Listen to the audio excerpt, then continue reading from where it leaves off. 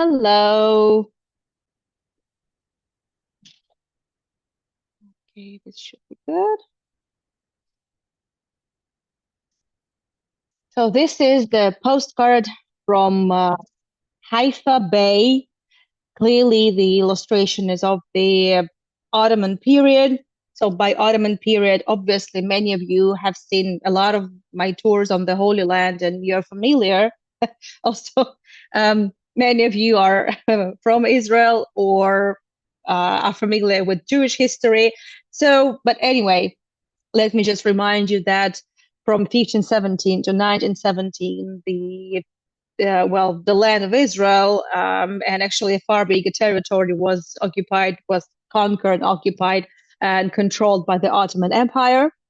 And this is unfortunately out of many thousands of years, history of these lands. This is probably the well, I'm not joking, but let's say the first 300 years of the Ottoman presence in the Holy Land is the period that we know very little of, simply because there wasn't really much going on. That's the problem. The Ottoman Empire was huge, and in most cases, so the only thing Ottomans did with most of their lands would be just sending their strongmen, who would be collecting taxes and kind of keeping things under control. But it was just that there was no obviously studying, not much of the development. Obviously, I am, let's say, like, broadly speaking, right? I'm generalizing, but that's how things were.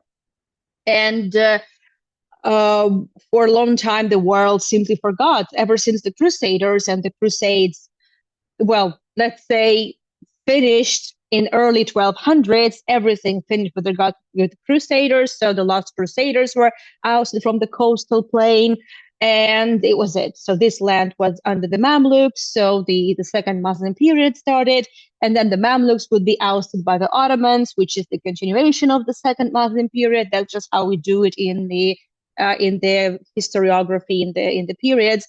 But the world forgot about it for hundreds of years, for centuries.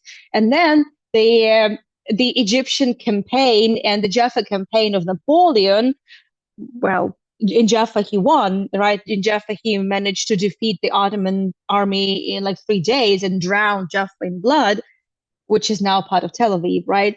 But in Akko was his first like really big defeat. And then from there he returned to Europe, and he had a lot of people with him. He had um, scholars, he had cartographers, and many other people with him. And also he brought a lot of archaeological findings with him. He just stole it.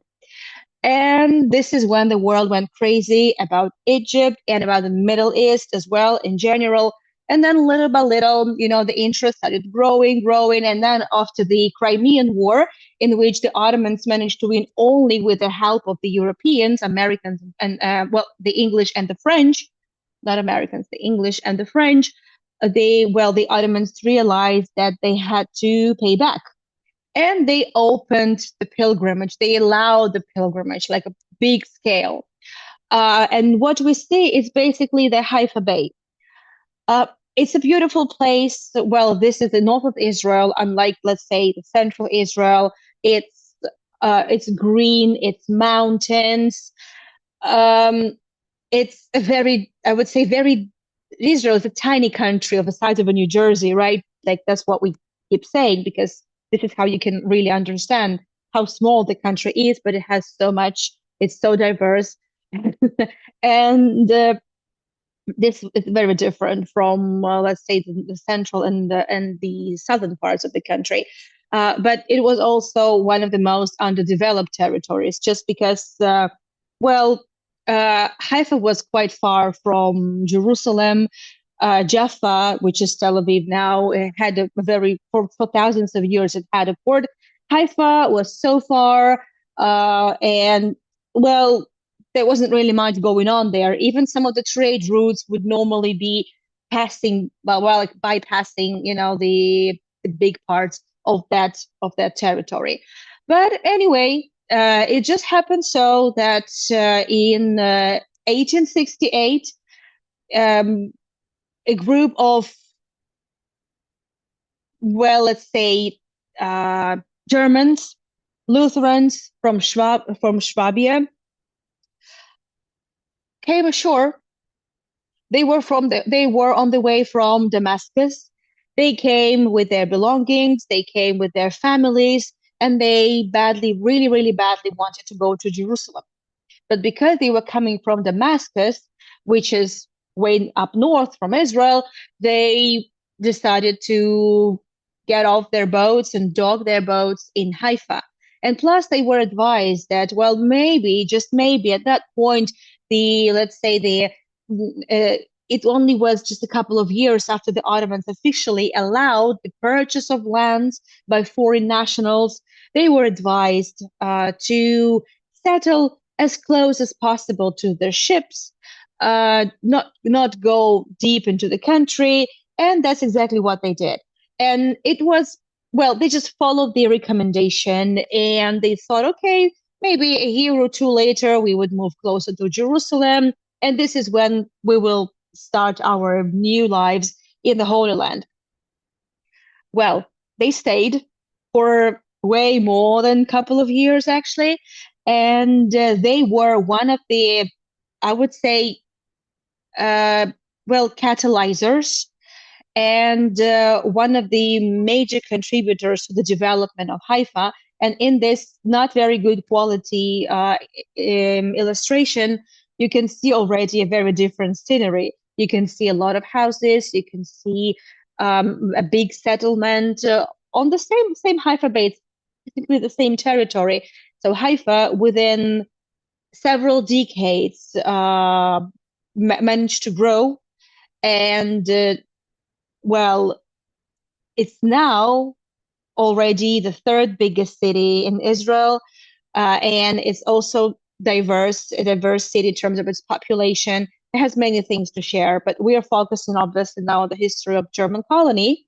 But well, again, we saw the first illustrations, just some palm trees, the coast, and that's it.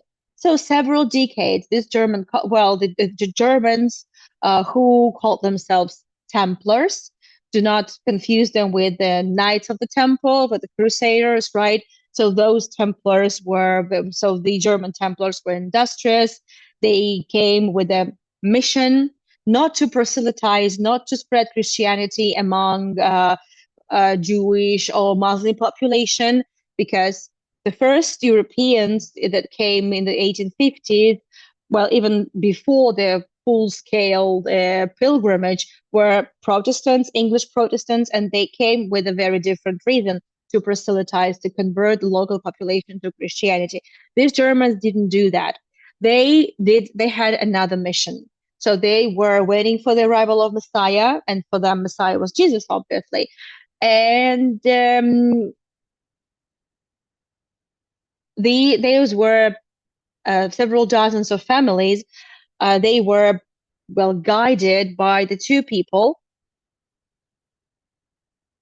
Gottlob Hoffmann. And once again, I'm saying that he's wearing tarbush. Yeah, he's wearing the Ottoman hat, but he never converted to Islam. No. And he was never an Ottoman national. No. But it was a rule. In the entire Ottoman Empire, all the city population, all the males, well, they had to wear tarbush. They had to. So that's why the videos you can come across, the videos of Jerusalem, the videos of the Holy Land, or any other territory that was part of the Ottoman Empire, it might seem that all of them were Muslims, but no, they were not. They were not. This is important. I have said it before. I will say it again. So just saying. So it was Gottlob Hoffmann and also Georg David Hardegg. So these were the two leaders, spiritual leaders and mentors of these families. So why exactly at that point? So why did they come? Why so many German colonies were established, not only in the Middle East, but also in the Caucasus, right? In Georgia. Why? Well, a lot of things had happened before that. we're starting with 1815. So the volcanic eruption in Indonesia, which, okay, my goodness, where is Germany? Where is southern Germany and Indonesia? But the Tambora volcanic eruption was one of the epic, one of the grandest um, eruptions, which gave off such immense masses of ash in the air, and all these ash was brought to Europe, and Europe had several summers without sun. One was especially difficult. So poor harvest, and this was one of the, and also the diseases that were prior to that, and many other things. I'm not going into details about this. Well, it kind of started adding and adding, and then, well, in certain groups, certain Lutheran groups considered that as, signs of the, I would say, the approaching end of days. And for the end of days, so one of the prerequisites would be the arrival of Messiah, and for the Messiah to arrive, for Jesus to come back. Well, one of the most important prerequisites would be the return of the Jewish people to the Holy Land, right, to their ancestral homeland. And so, what these Germans, the industrious Germans, decided to do to help bring Jews back. Well, but not just, forcing them to, to come back, but to prepare it, to develop the land, to make things easier for them to come back. And so they did. So those were very good intentions. And again, so it wasn't just one German colony. They were not even the first ones, but this was the first and very successful colony. And we know of many, many more.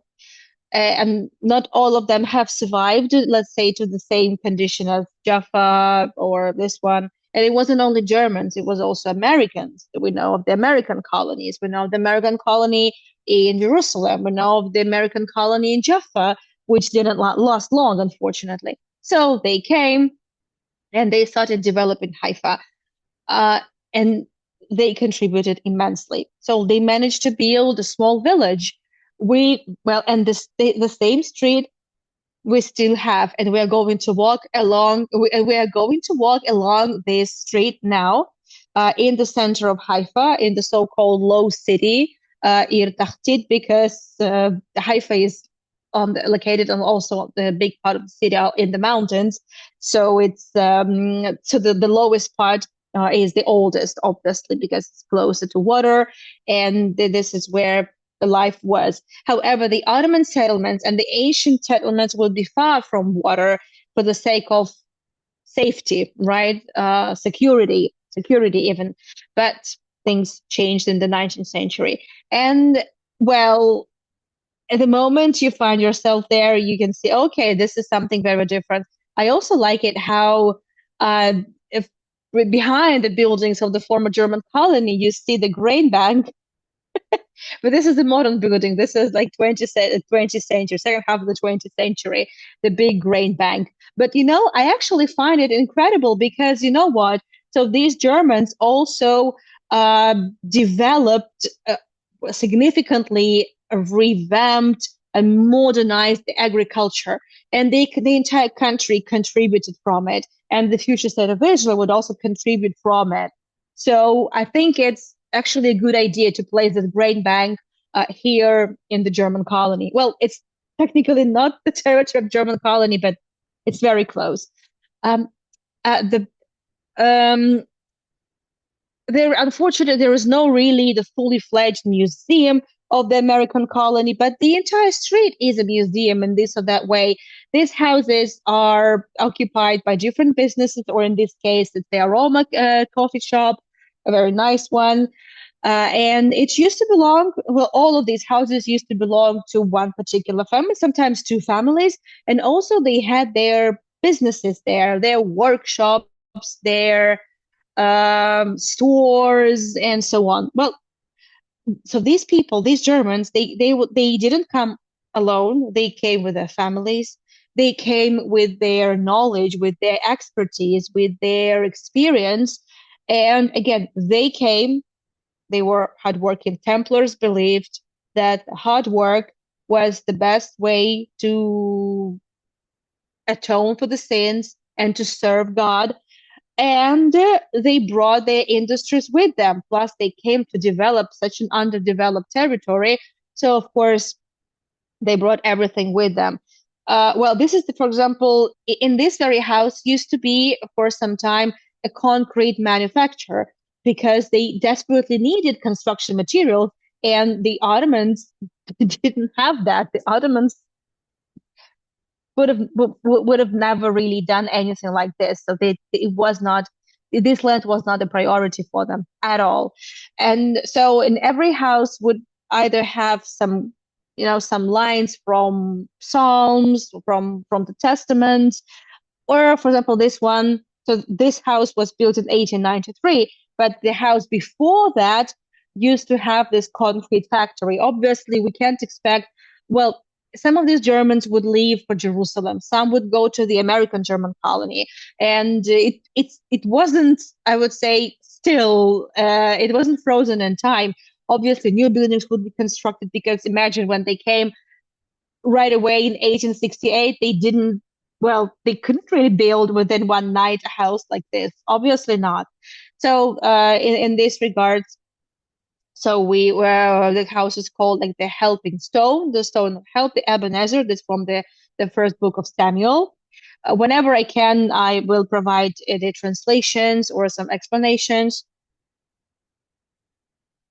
And for the Templars, Ebenezer was a very important episode of the helping stone. And we see it in every German colony. We see it. And but it wasn't, let's say, so they didn't call themselves really a colony. Well, yeah, they established kind of a settlement, but they didn't want to, let's say, identify themselves as Germans, because the thing is, why they left, and one of the reasons was that they were actually persecuted back at home because their views. Well, we now can, broadly speaking, let's say we can refer to them as Second Adventists, waiting for the Second Advent. Yeah, we could definitely do that. But their views were considered a little bit too extreme, if by in general by German Lutheran Church, and they would have been persecuted at some point back at home. So they knew they were not welcome anymore at home, and they were trying to find a new home. So they didn't come differentiating themselves from everyone else and saying we are Germans. No, it wasn't exactly like that. We will be talking about the identity crisis. We will. Well, Gottlieb Schumacher, by the way, he wasn't actually German. I mean, he was German, but he lived for a long time with his family in America. And then from America, he came to Germany. And then from Germany, they came here, there, well, to Haifa. Anyway, and Gottlieb Schumacher, well, he is one of the builders of and like literally one of the builders of not just this German colony, but of Haifa and of of the future state of Israel, for sure, because so he was an architect and an engineer, and he was in charge of the construction of about half of the buildings in this German colony. But it wasn't just the buildings; it was also the port. Now the well, before their arrival, and even when they arrived, let's say up until the second, let's say the fourth quarter, of the 19th century, Haifa really didn't have a port. So Gottlieb Schumacher built a small port. That's the port. And before that, it was just wild, bay. But unlike the port in Jaffa, which was very shallow, and it got even more shallow closer to the end of the 19th century, which always was a pain for bigger vessels bringing so many pilgrims from Europe. It was a disaster, of course. And but Haifa, the waters in the Haifa Bay were always deep enough for big vessels, but it just was not really equipped. But Gottlieb Schumacher fixed that, so now Haifa had a port, which made things a lot easier immediately, and it will be very important. It will play a very important role also in 1899. Um, Next to some of these houses, you will find these blue signs. So, which means that the houses are listed, that the houses have, let's say they are important for the heritage, and uh, it doesn't mean they cannot be rented by businesses, right? It doesn't mean that. And this one, for example, was free, was empty when I filmed it several years ago. But I haven't been to Haifa since like 2023, so I'm not entirely sure what's going on there now. But and these houses have been renovated, and they are all convenient. So they have all the facilities necessary, but they still look well the way they looked back then when they were constructed. Again, the original houses were way more modest, so the colony was developing all the time. This building over there, that's not the church. So the Templars also considered that the temple. Well, there was only one temple, right? So the temple in Jerusalem, right, that had been destroyed. They did not recognize the importance of the church as the buildings, as sacred buildings, and they didn't need churches because every righteous, pious Christian had a temple within themselves. That's what they thought. But they needed a community house, and this was their community house. I wasn't exactly right saying that there is no museum of German colony there. Well, so inside this former community house, I'm sure you can recognize the apse over there. This is some Christmas celebration in German colony. I'm not entirely sure which year this is, but that's still, before everything, before the mandate period. But there is a museum, but it's like the Museum of History of Haifa in general. It's not really the museum focusing on the history of the German colony this much. But also from what I heard, there's going to be one.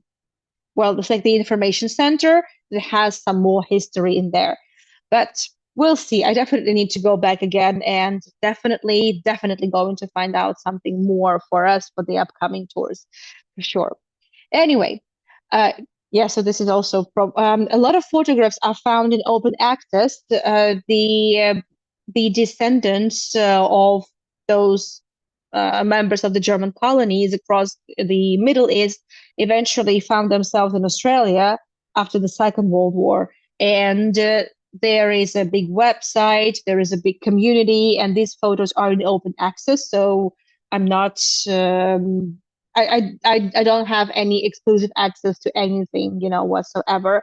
And inside this building, they have these beautiful tiles. They have some original decorations, just some elements, which is fantastic. Oh, well, they try to preserve as much as possible in terms of the interiors, but still they have the sewage system, the air conditioning. So I think it's just a nice compromise between the preservation of the building, but making it a livable space and a comfortable and convenient space to live and to use.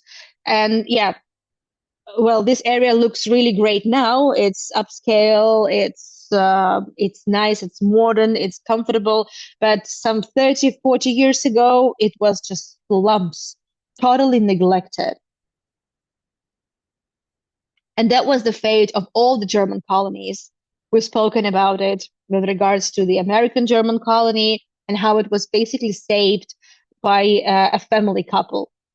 And now it's one of the most expensive areas of Tel Aviv to live in. Well, let's say, south of Tel Aviv to live in. Look at this. How many more trees you can find in this photo if you compare to the ones I showed you? The trees had grown by then, and the houses are much bigger now. So the houses were rebuilt. So the again, it's just several decades, and then it's a completely different setting. It's a completely different view. And yes, it looks very regular. It looks, and it looks pretty much the same. I mean, the houses are still there, not all of them, but it's the same road. And well, we still have some names, we still have some family stories, and the very, really turbulent, story of everything in the 20th century. But yeah, we will get to that. Another house which was still under restoration when I filmed it. I don't know about it as of now, but I will update you once I know. So this house belonged not even to a German, to Lawrence Oliphant, who was a British, and now wait for it. I'm going to say this a very bad word. I mean, it has become, again, a very bad word, which is nonsense because people are being fooled, those who don't know. So Lawrence Oliphant was the Christian Zionist. Zionism, this term is now again so abused and by people who don't know anything about it. So Zionism as a movement, I'm not Jewish, by the way, and so I'm not like involved at this point, right? So I'm just saying you how things were. But I'm an Israeli, yeah. So the story goes, so Zionism, it was the movement that just came about among the Jewish community in Eastern Europe because they were heavily oppressed, because the Jewish communities were threatened and destroyed by the pogroms. And when you are persecuted, targeted, and your businesses are broken and your life is at stake, well, you try to get away somewhere, right? And and there wasn't really many places to go. They could either go to America, well, but not everyone could go to America. So a lot of Jewish people wanted to unite, and they wanted to go, well, to go home because they no longer felt at home in Eastern Europe. So the Russian Empire, right? So we know the stories of pogroms, and that was it. That was just the return to the ancestral homeland. Later on, so this term was so badly abused, and now it's being abused again. But it had nothing to do with any of that. So it's an okay term. But anyway, so Lawrence Oliphant was the true believer that the Jews had to come back to the Holy Land. He was also waiting for Jesus. He was also waiting for Messiah. And he contributed immensely as well to the development of many, many, many towns. He contributed a lot to the agricultural reforms, to the introduction of new agricultural tools and techniques. He had his house in the German colony. He had his house in Daliat Carmel in the Druze neighborhood. And he was always the intermediary. He was really on good terms with the Ottomans because, well, you had to be on good terms with the Ottomans, otherwise nothing would have been possible. So Lawrence Oliphant lived here together with his wife in this house. Well, he was like back and forth, so it was his house, a very big one. And Lawrence Oliphant was also one of those people who was constantly in contact with the British government. He was the British national. So yeah, that's a big deal. Just a second, I have a message from a viewer who cannot join. I'm just sending them the direct link. Oh, and by the way, an interesting fact that Oliphant, well, because he was very busy and had his hands in so many pies, he had to hire a secretary, and his secretary was Naphtali Herz Imber, who was the Hebrew language poet and one of the settlers in the Rishon LeZion community, one of the first, Jewish neighborhoods in the Holy Land in the 19th century. And he was one of the authors of the Hatikva, the national anthem of Israel. So big deal, big stuff. Anyway, let's move on. I'm also, adding some more stories that I didn't have a chance to share with you back then when I did this tour several years ago. And well, I do hope that this house will be restored. But they have the lintel, again, also in German. Blessed are those who keep justice, do justice at all times. The Book of Psalms. Cannot agree more, right? So Lawrence Oliphant, his contribution is absolutely, absolutely impossible to overestimate. That's for sure. He had a very big garden. You can see there is a lot of space there. Um, I didn't go back. I don't know what's going on there. So, but it had a garden, it had a fountain, it had everything. And obviously, Lawrence Oliphant and Gottlieb Schumacher were there for the arrival of Kaiser William II and Augusta Victoria in 1899. It was a big deal, and it was very important for the Ottomans because they badly needed the support of a European power. And yeah, this would be Germany. And this is when, well, 1868, this is when that German Empire was born. Well, the German colony, sorry, was born. And several generations had changed by then. And if the first Germans did not really associate themselves as much with the Germany, they left. Their children and grandchildren were looking for this identity. And then Wilhelm II arrived to Haifa, exactly, to Haifa port. And the first place he visited was this German colony. Well, there were a lot of places he visited, and that's to recognize the port. That's the port, the one that was built by Gottlieb Schumacher. Gottlieb Schumacher shortly before that. By the way, Schumacher's father was also an engineer, so it was a very educated family, very educated. And well, Kaiser, after meeting those fellow Germans, talking to them, offered them their support. All the school programs would be coordinated with Germany. All the education will be coordinated with Germany. The children were allowed to go to study to Germany and come back, serve in the army and come back. So, and when this whole idea, kind of started, and then eventually, obviously, when the First World War broke out, Germany and the Ottoman Empire were on the same side. So obviously, when the Ottomans lost in the First World War and when the British came, all the Germans would be ousted temporarily. We'll talk about it in a minute. So some stories, for example, there was, well, again, it was a big community and there were people of all walks of life living there. And there was Christian Rohrer, for example, who had a hobby. He played in an orchestra. He was a singer. They had a band, and they actually had a very good choir. So all these gentlemen are members of the choir, and they're sitting next to one of those buildings. I have not been able to identify that, and the brass band.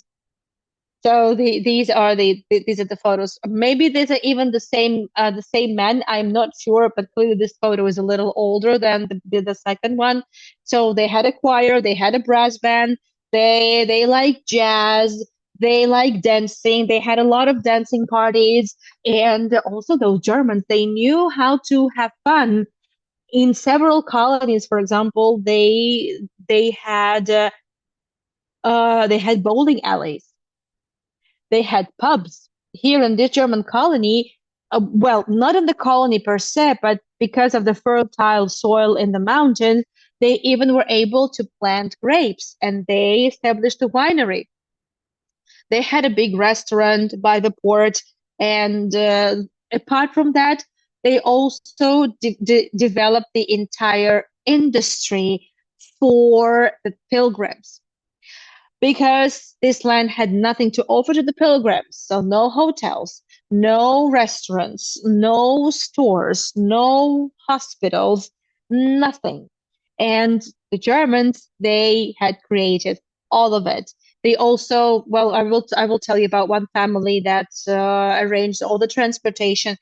And so when obviously by the time the Kaiser arrived in 1899, they had already had hotels, They had already had taverns, they had already had the facility, and there was even the Ottomans even built a road. I had to go upstairs for you to see another lintel.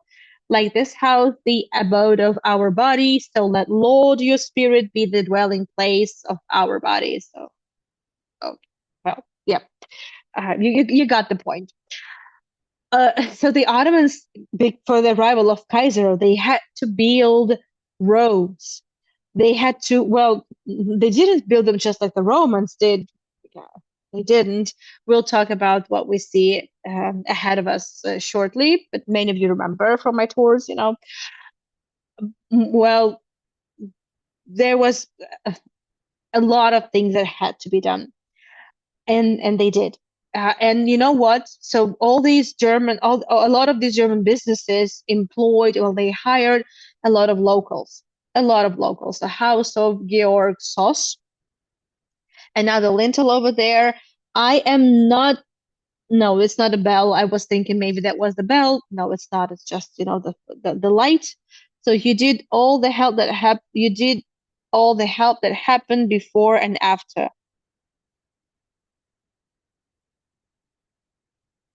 That's from the Prediger one.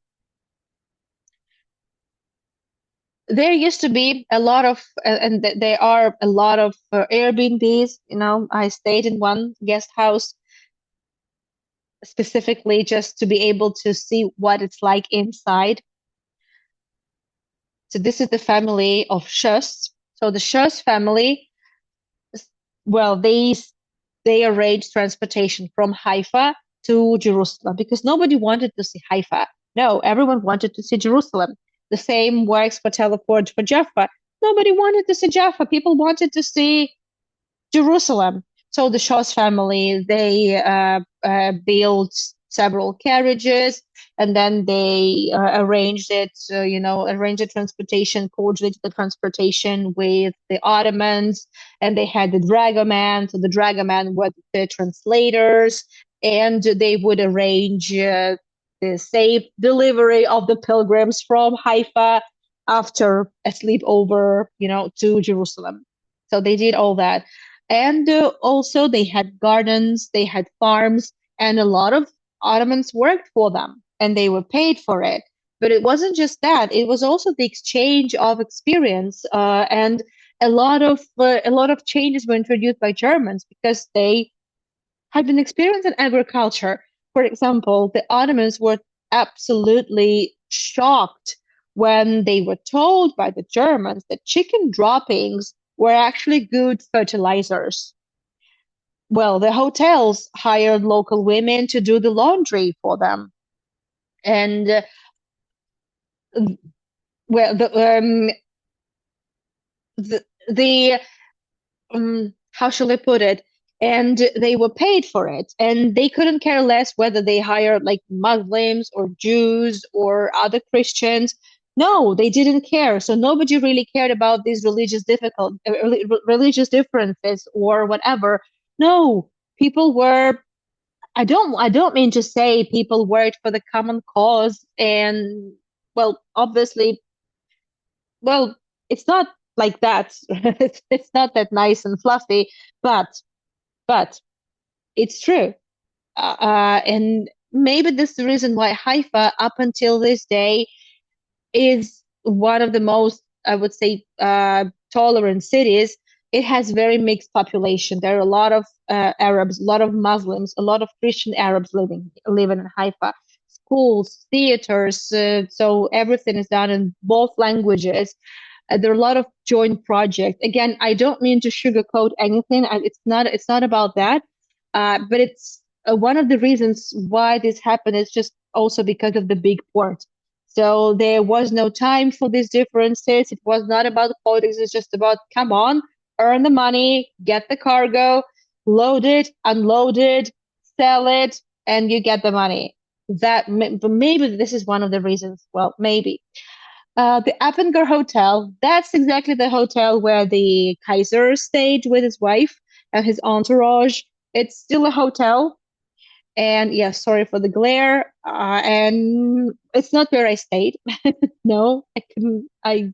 they couldn't afford that. But that's a historic building, and they still have really nice interiors at the lobby. I didn't go anywhere further than the lobby. Well, the reception, and just one of the halls there. That was it. And it was one of the first five-star hotels in the Ottoman times, and it always had a lot of celebrities staying there and politicians. Well, because they had no, well, I mean, they didn't really have much of a choice, let's say back then, but that was a good stay. That was really um, some of the best accommodation one could find back then in Ottoman Palestine. And Palestine is a region, not the state. Just making sure that we are all on the same page about it. For example, one of the people who stayed there was William Peel, the first, or the Earl William Peel, who who was let's say he was the diplomat, and he came with a mission to ensure that that the Jewish state would be established, because the British government saw it with great favor, right, with the Balfour Declaration.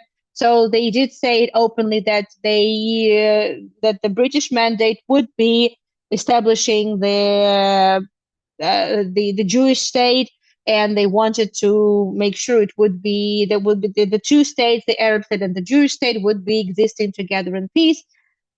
Well, but they failed, unfortunately. But there was a lot of job done by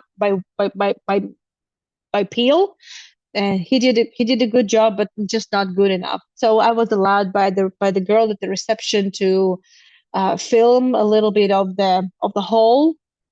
So the furniture is not original, obviously, but the floors are for sure. It has some photos of the Appinger family. So the entire family ran this hotel, and well, dozens of people worked for them. Dozens of people. I don't know actually where the furniture is from. Maybe it was brought from Europe. Maybe it's, from families. And obviously, the Appinger family now has nothing to do with this hotel. It doesn't belong to Germany. It doesn't belong to any of those Germans anymore, ever since, let's say, the 1950s or so.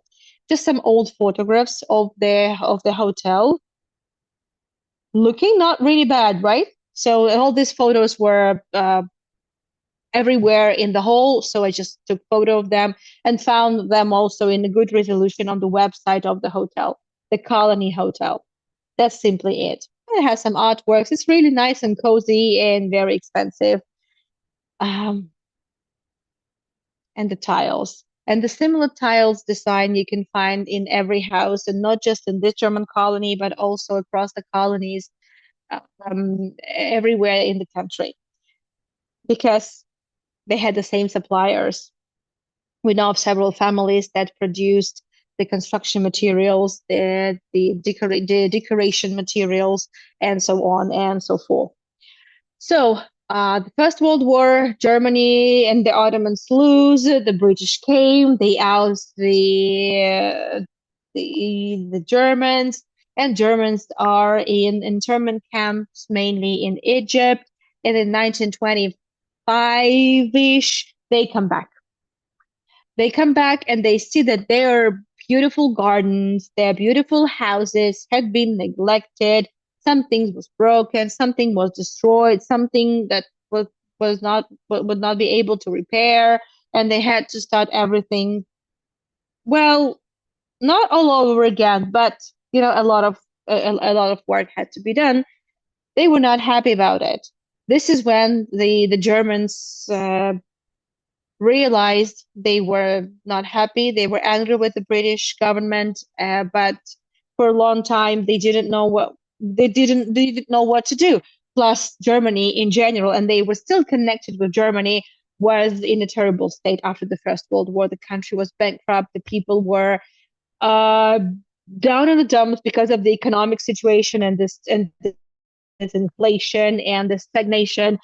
And well, that was the search, for the easy solutions. And when things go south, you would naturally, want to find someone who to blame. And Hitler came up with a good solution, right? And this Nazi ideology was very well received here, and many boys that yeah well, I just had to make sure we have a cat on board because the tour is not complete without a cat. I know. So now that's it. You can go. Thank you, everyone. It's been nice catching up with you. See you on the next tour. It's a nice cafe. I haven't eaten there myself. It's called the Templar. But I've only heard like good reviews about it. But it's simply a fusion cuisine. And it's not kosher, because Haifa has a very mixed population. Obviously there are a lot of kosher places too, but on Saturday, if you're looking for some fun, this is where you would come. And good food, a lot of good fun, always, but not kosher, obviously. That's the Haifa vibe. You see, welcome all sizes, all colors, all ages, all cultures, all sexes, all religions, types, beliefs. People are safe here, and this is amazing. And now it's the Pride month, and I'm so sorry that I'm not at Tel Aviv. Oh, yeah. Well, anyway, so because the Pride in Tel Aviv is just always amazing. Yeah. Anyway, let's go back. Let's get back to the topic.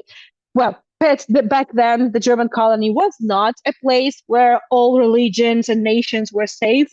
Well, I mean, they were safe, but they were not really that welcome because you could see, the swastikas, hanging here and there. In some German colonies, we have some photos. There would be a Hitler's portraits in their rooms, and a lot of kids went to study, and also a lot of people went to serve in the army. So when the Germany lost, the British, when the war started, so first these colonies were they nothing happened to them at first, but closer to the end of the war, and when so the war was over and it was clear that Germany was lost, so these these colonies were occupied by the British, and eventually all the Germans was forced to pack and leave, and that's the guest house where I stayed once. And it was worth the money. It was a bit over $100 per month. Oh, sorry, per night. Per month.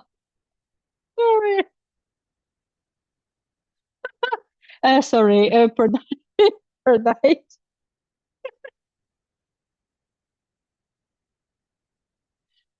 But it was business expenses, and I wanted to see how much was preserved. And well, there were steps, the wooden steps, some elements, the shutters, and other things. But other than that, everything was very comfortable and modern. Some furniture, was um, probably from the times. I'm not entirely sure. I didn't do research, so I enjoyed it. I enjoyed the stay, and I had to stay in the heart of everything because I had a lot of tours and everything. So I just had to be there in the center of it. Anyway, let's move on. So after everyone was forced to leave, where did they go? They went to Egypt again, and then from there to Australia. And they never came back, but it still remained their property. So when the state of Israel was declared, it was still German property, and Ben Gurion, nobody could do anything with these houses until the issue would be resolved. So for some time, however, the which all well during the 1948 war, which started the next day, the mandate was over and the state of Israel was declared. So the war broke out, and these houses had been inhabited by some Arab population, but anyway, it was not the property of the state of Israel, it didn't belong to the state of Israel. So eventually, well, because there was, well, a lot of the Holocaust survivors, when they returned to their homes in Europe, they didn't find their homes, or they had been taken by someone else. So they didn't know what to do. Plus, it was a trauma to stay there. So many would eventually come to the newly established state of Israel, right? But the state of Israel was so poor at that point, and it was so overpopulated. There was not enough housing. There was too many people. There was no money. And this is when Ben Gurion accepted the reparations money, not the compensations money from Germany, but the reparations money. It's very important. And part of this reparations was the condition was that all the German property in the German colonies across the state of Israel would become the property of the state of Israel. So this was kind of accounted for in the reparations money. So it's the property of the state of Israel. That's why no one from the German, well, no descendants from the German side have anything to do with what we see here. These are the famous Bahá'í Gardens. So we had a lot of fun tours there, live streams for well, almost like 3 hours. Yeah, we had two tours, almost 90 minutes long each. It was so much fun. The beautiful cascades of the Bahá'í Gardens. So I wasn't joking about Haifa being tolerant, international diverse city, because it's also home to the Druze religion, which is a very big modern religion. And also not far from Haifa, there is Daliat Carmel, the Druze neighborhood. So this region in general, and Haifa being like the center with the capital of the region, well, it's amazing. I also like it that well, another lint also, commit thy way unto the Lord, trust also in him, and he shall bring it to pass. Another quote from the Psalms. I also like it that in one building that used to belong to Germans, that we know that used to have swastikas in it, like Hitler's portraits, not the swastika, Hitler's portraits. There is Beit Chabad there. I like it. I love it. And uh, I was able to access a couple more homes. There are some restaurants that I was just, I was able to explore a little bit. So one guest house, and also one of them. So what happened again? So when the reparations money were paid, so these houses became the property of the state of Israel. It would be inhabited, but eventually this area came to disrepair because Haifa was developing in a different destination. Yeah, that was a nice cafe with very, very sweet desserts, and Grisha enjoyed those swings there. So lovely, yeah. And then it was in disrepair and kind of neglected, really, really, really, really bad neighborhood. Not unsafe, but it's just really bad condition, just totally run down. And then the municipality of Haifa and the state of Israel, they decided to turn it into a popular tourist destination, and also the area full of crafts, artists, workshops. These are the photographs also from the website of the German community in Australia.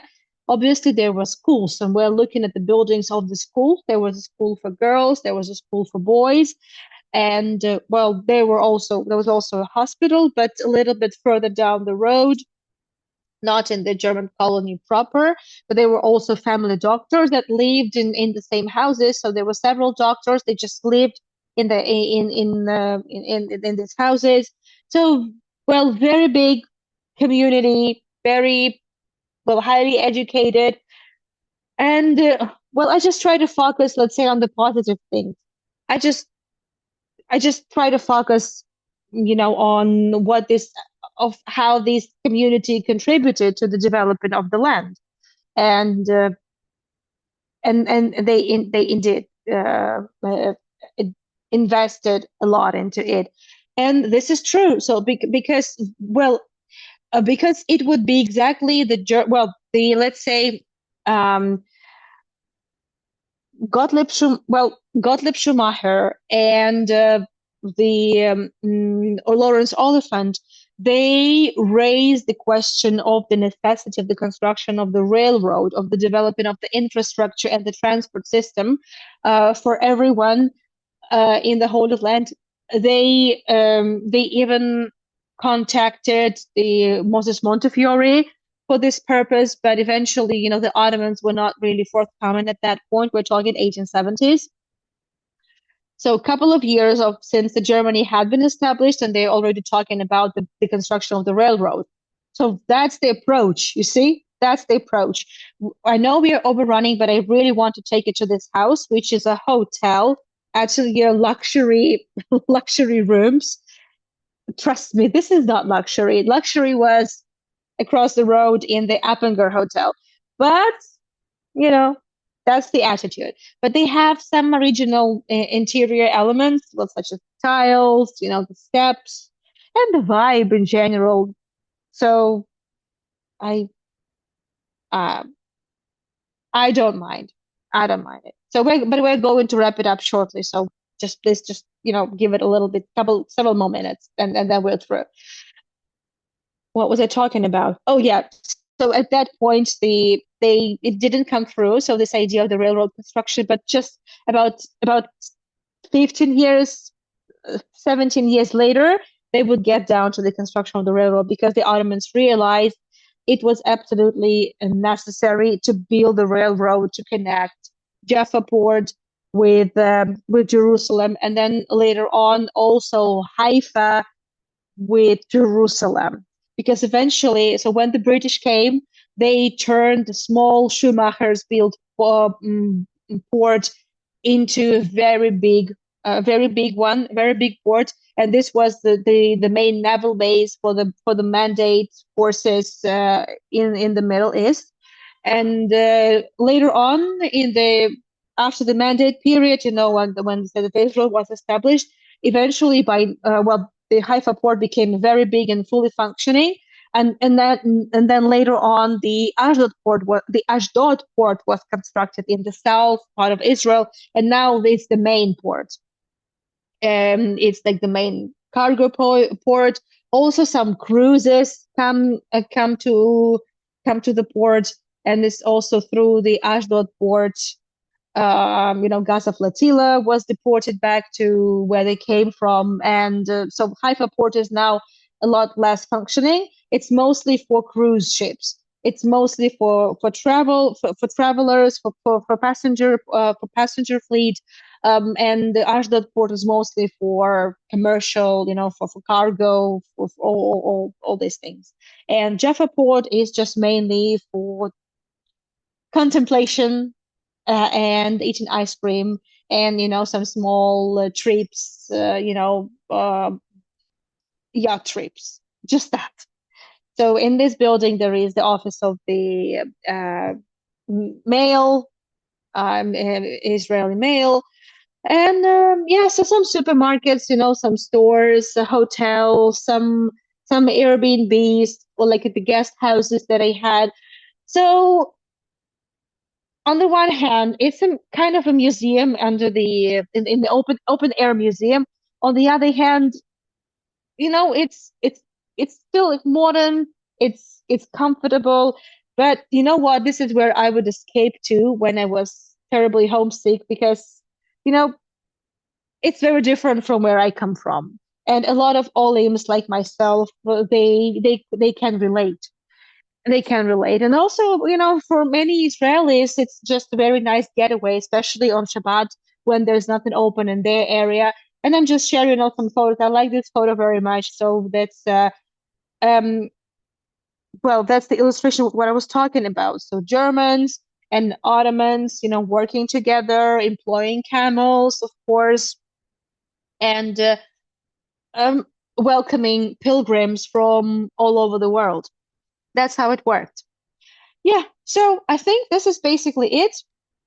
Thank you so much for joining me. I think I've just included several more photographs, of different families. Haifa didn't have swastikas like hanging on their hotels, but we know of several families that did send their children to the army, that did support Hitler.